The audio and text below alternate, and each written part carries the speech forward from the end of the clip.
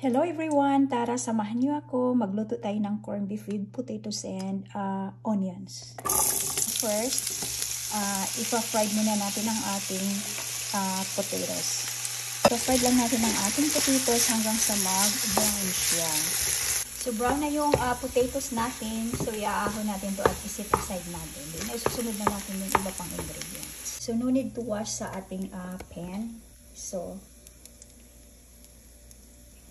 ilalagay na natin ang ating garlic.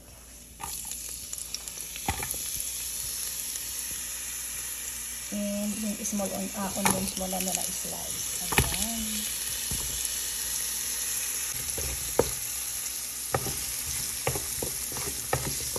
Use this brand. You can use any brand of corned beef.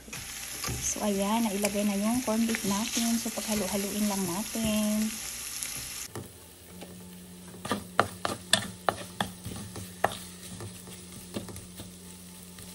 Mag-add tayo ng ground black pepper at kaunting asin kasi maalat na siya. Halo-haloin natin ulit. So, dalawang pala to, kanang corned beef ang niluto ko. So, let's add our potatoes. Then, haluin natin ulit. Mag-add lang tayo ng kaunting tubig para lumambot yung patatas natin. Kasi yung patatas natin medyo malambot na siya. Let's add a little bit of Creole seasoning. Ay, sarap na yan. Ang bango. Let's add our onions. Meron akong red and white. Ayan. Paghalo-haloin lang natin ulit. Ayan eh.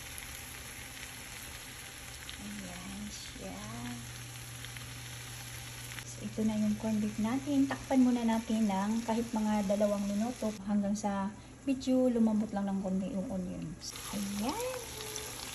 So, luto na ang ating corned beef. Ayan. Ang sarap nito. Makaka-only rice ka talaga nito.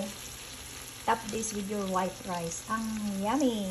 So, mag-garnish tayo ng kaunting parsley. Walang mawawala kung maglagay ka ng parsley kasi ang parsley is healthy. Pangpaganda lang, di ba?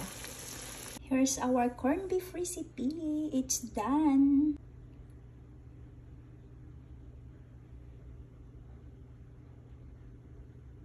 Top this with your white rice.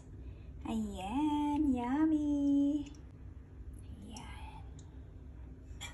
Ang sarap ng onions.